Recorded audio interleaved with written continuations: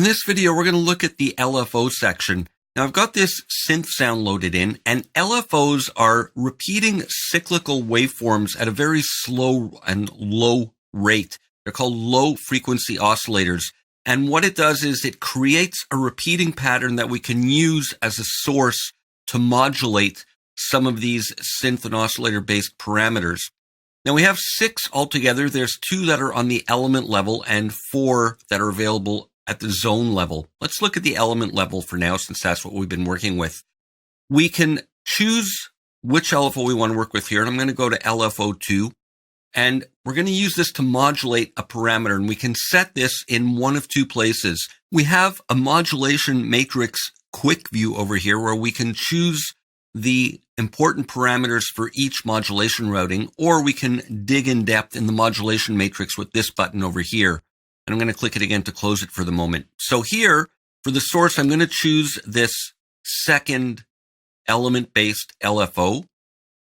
And for the destination, I'm going to have it affect on the element level in the amplifier section, the element pan, so that it's going to be used to pan the signal from side to side. So here's what the signal sounds like now.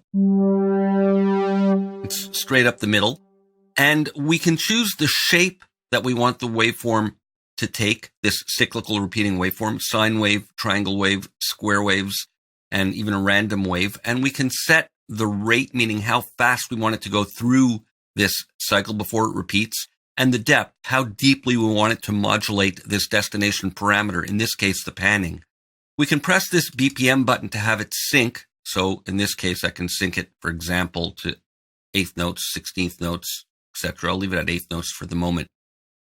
Now, right now, we're not going to hear anything. And that's because there's a secondary routing in place. If we press the modulation matrix button open, we'll see that here's what we set up. The source is this LFO. The destination is the pan, the amount, which we can control from either location. And here we have a secondary way to modify the modulation, and that's with MIDI CC1, which is the mod wheel. So if I move my mod wheel, and you can see it represented on the left here, we'll hear the influence of this LFO as the mod wheel level increases.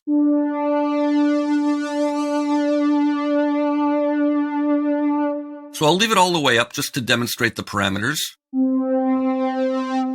Here's a different shape waveform.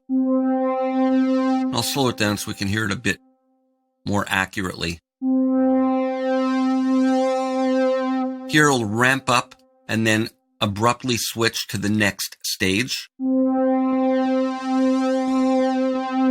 In the opposite direction. A square wave will give a straight on-off kind of signal, or absolute left-right without any ramping. And again, we can slow it down. Use less depth or less amount. And random. I'll speed it up a bit.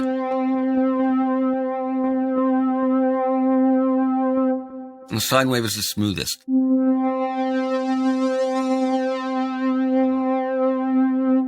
Now, if I want to go back in the matrix, I can remove this from this drop-down menu and go to None. And now this modulation will always be present.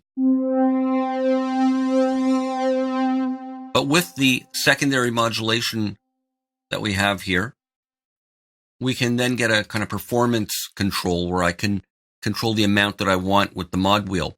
So why don't I play this little region with this part that we have done up from the last video, and I can influence the panning by moving this.